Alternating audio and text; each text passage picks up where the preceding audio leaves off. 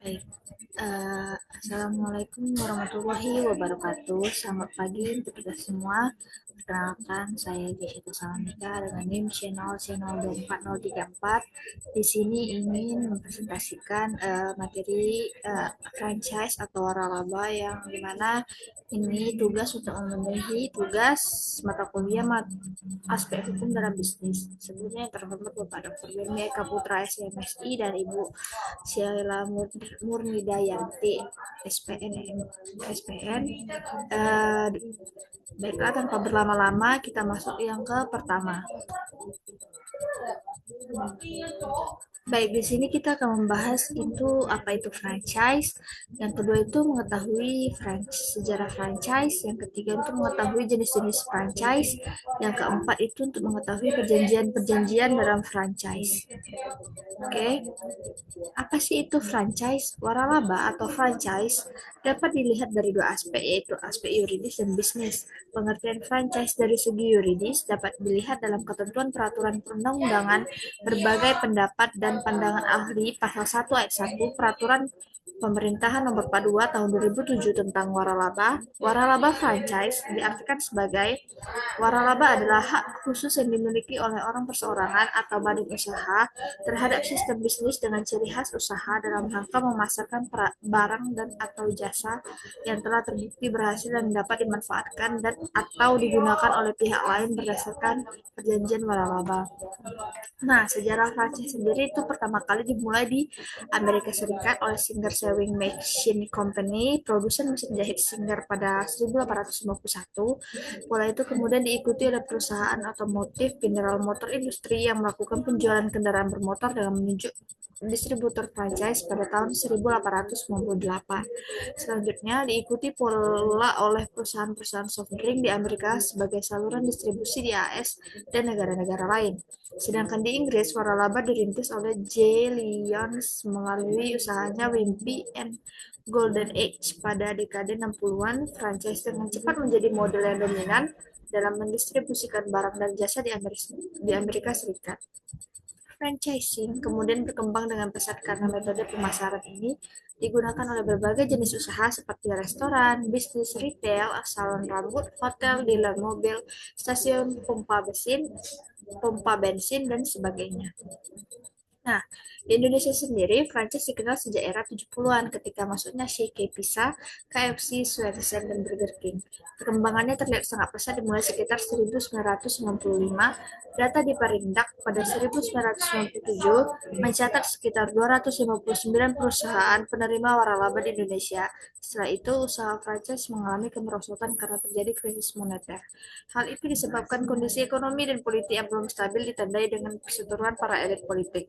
Barulah pada 2003, usaha franchise di tanah air mengalami perkembangan yang sangat pesat. Franchise dapat dibedakan dalam dua bentuk, yaitu produk and trade franchise dan business format franchise. Dalam bentuk yang pertama, franchisor memberikan lisensi kepada franchise untuk menjual produk-produk franchisor. Contoh dari bentuk yang pertama adalah dealer mobil dan stasiun pompa bensin. Nah, dalam bentuk yang kedua, yaitu business format franchise, franchisor memberikan seluruh konsep bisnis yang meliputi strategi pemasaran, pedoman dan standar pengoperasian usaha, dan bantuan dalam mengoperasikan franchise. Dengan demikian, franchise mempunyai identitas yang tidak terpisahkan dari franchisor. Pada umumnya, bentuk ini digunakan dalam usaha fast food, restoran seperti Kentucky Fried Chicken, Pizza Hut, McDonald, hotel, dan jasa penyewaan mobil. Bentuk ini digunakan franchisor asing menyerbu pasar Indonesia dan digunakan juga oleh bisnis lokal seperti Estelar 77, Rudy Hadisuwarno Salon, Mbok Beret, dan lain-lain. Nah, dari jenis franchise itu yang pertama itu produk yang ditawarkannya, ya ini ada waralaba produk. Sudah tentu bisnis waralaba yang satu ini akan menawarkan atau menjual sebuah produk atau benda tertentu, contohnya minuman Thai tea, coffee shop, chicken, kedai kebab, dan lain sebagainya. Nah, yang kedua itu ada waralaba jasa. Jika waralaba produk akan menjual produk dan bentuk barang, maka waralaba jasa sudah pasti menjual dalam wujud layanan jasa tertentu, contohnya salon, tempat les, atau pelatihan tertentu. Nah, yang ketiga itu ada waralaba gabungan. Ini nih adalah gabungan antara waralaba produk dan jasa dalam penawaran produknya. Contohnya, salon yang juga menjual dan memiliki alat kosmetik sendiri. Nah, yang kedua menurut lokasi asal.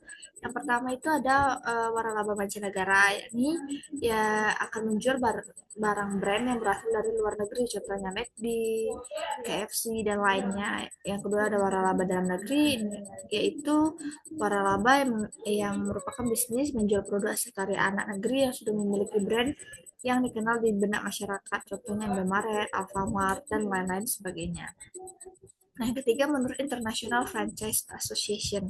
Yang pertama itu ada produk franchise, yakni usaha waralaba di mana pemilik brand memiliki kontrol penuh terhadap pihak yang menjual kembali atau mendistribusikan produknya.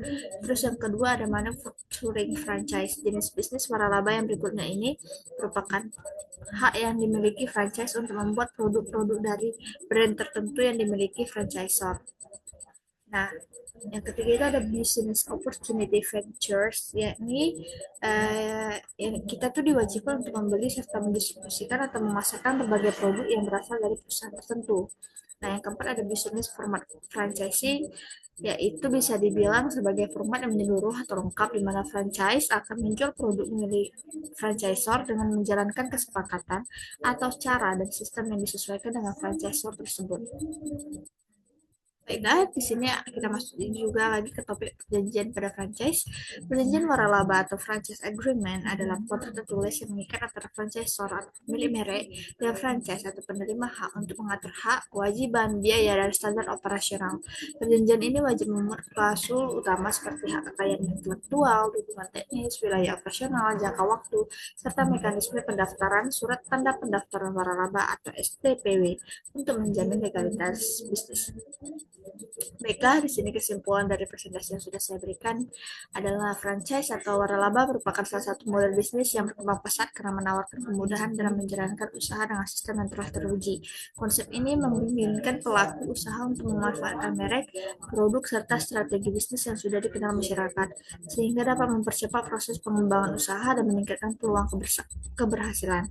Namun dengan demikian, keberhasilan dalam menjalankan bisnis waralaba tetap memerlukan komitmen, kedisiplinan, dan kemampuan manajerial yang baik. Franchise harus mampu mengikuti sistem yang telah ditetapkan serta menjaga kualitas produk dan layanan agar tetap konsisten. Oleh karena itu, pemahaman yang mendalam mengenai konsep dan mekanisme franchise sangat penting agar usaha dapat berjalan secara optimal dan berkelanjutan. Baiklah, sekian dari presentasi saya pada hari ini. Lebih dan kurangnya dalam presentasi saya mungkin ada salah kata atau salah penyebutan, saya mohon maaf. Saya tutup wabillahi taufiq wal hidayah. Assalamualaikum warahmatullahi wabarakatuh. Terima kasih, sampai jumpa kembali.